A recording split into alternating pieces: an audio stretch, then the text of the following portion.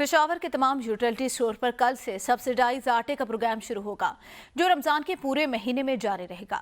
सस्ते आटे के लिए तमाम तर इंतजामात मुकम्मल कर ली गए और कल से आवाम के लिए सस्ता आटा तमाम स्टोर्स पर मुयसर होगा।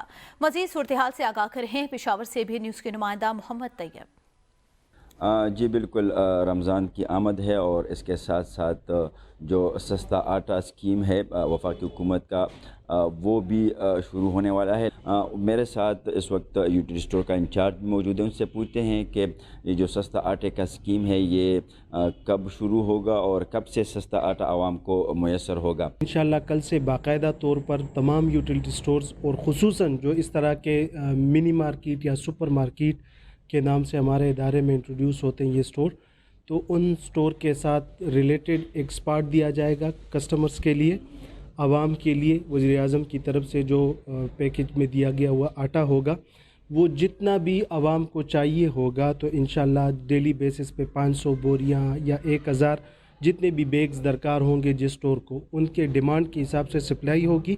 जैसा नाज़रीन आपने सुना कि यूटिलिटी स्टोर में कल से जो सस्ता आटा है वो शुरू हो जाएगा और इसके लिए तमाम यूटिलिटी स्टोर पर इंतज़ामात मुकम्मल कर दिए गए हैं।